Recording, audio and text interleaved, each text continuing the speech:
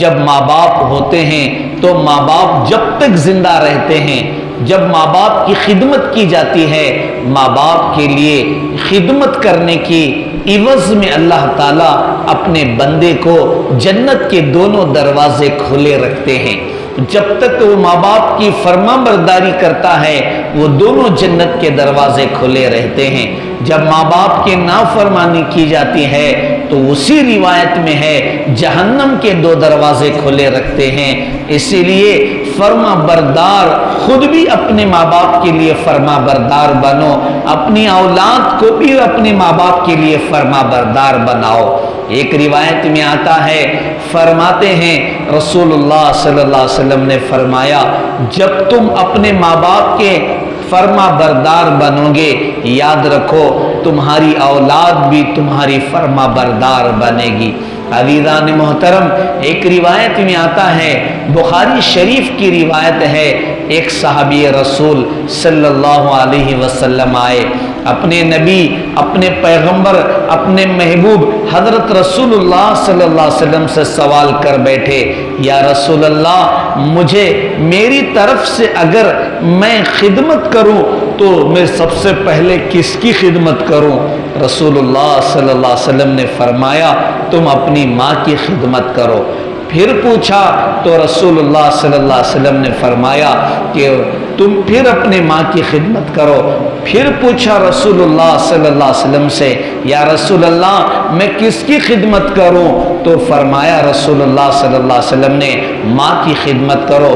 چوتھی مرتبہ بتایا کہ تم اپنے باپ کی خدمت کرو۔ وجہ کیوں ہے؟ کیا ہے؟ کہ فرمایا ماں جن مشقتوں کو جھیلتی ہے، ماں جن تکلیفوں کو برداشت کرتی ہے، بیٹے کے پیدا کرنے میں، اولاد کے پیدا کرنے میں 9 ماہ اسے اپنے پیٹ میں رکھتی ہے، جو مصائب آتے ہیں، تکلیفیں آتی ہیں، وہ ماں ان تمام مصائب کو خوشی سے جھیلتی ہے، چاہے دوائی کھائے، چاہے اس بچے کو کہیں بھی لے کر جاتی ہے تو لیکن اسے شرم محسوس نہیں کرتی، خوشی محسوس کرتی ہے، میری ایک اولاد آنے والی ہے۔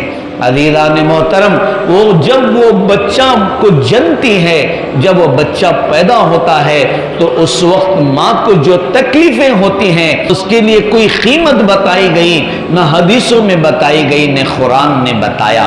عزیزان محترم، جب ماں باپ ایک آہ کرتے ہیں تو اس آہ کا بھی بدلہ ہم کیا دے سکتے ہیں؟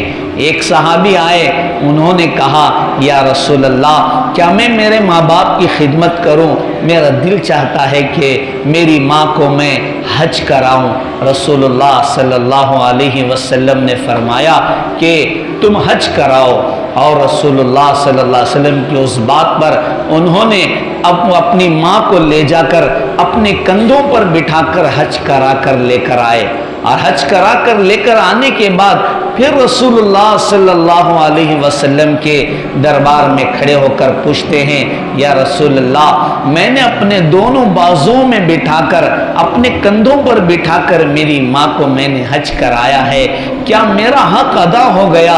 تو رسول اللہ صلی اللہ علیہ وسلم نے فرمایا جب تمہاری ماں تم کو جنتے وقت، پیدا کرتے وقت جو اس کی درد اور کرب سے جو ایک آہ نکلی تھی، اس ایک آہ کا بھی بدلہ تم نے ادا نہیں کیا۔ عزیزان محترم، یہ ماں باپ ہیں۔ عزیزان محترم، ہم یہ سوچتے ہیں ماں باپ ہمارے لیے کیا کیے؟ عزیزان محترم، جو تمہارے لیے جو کیا وہ کیا کم ہے کہ تم کو ایک درخت کی طرح ایک تنا بن کر جو تم کو کھڑا کیا، یہ کم ہے؟ تم کو ایک ناریل جیسا تمہارا سر بنا، یہ کیا کم ہے؟ کہ تمہارے بازو میں قوت آئی، یہ کیا کم ہے؟ تمہاری عزت بنی، اس ماں باپ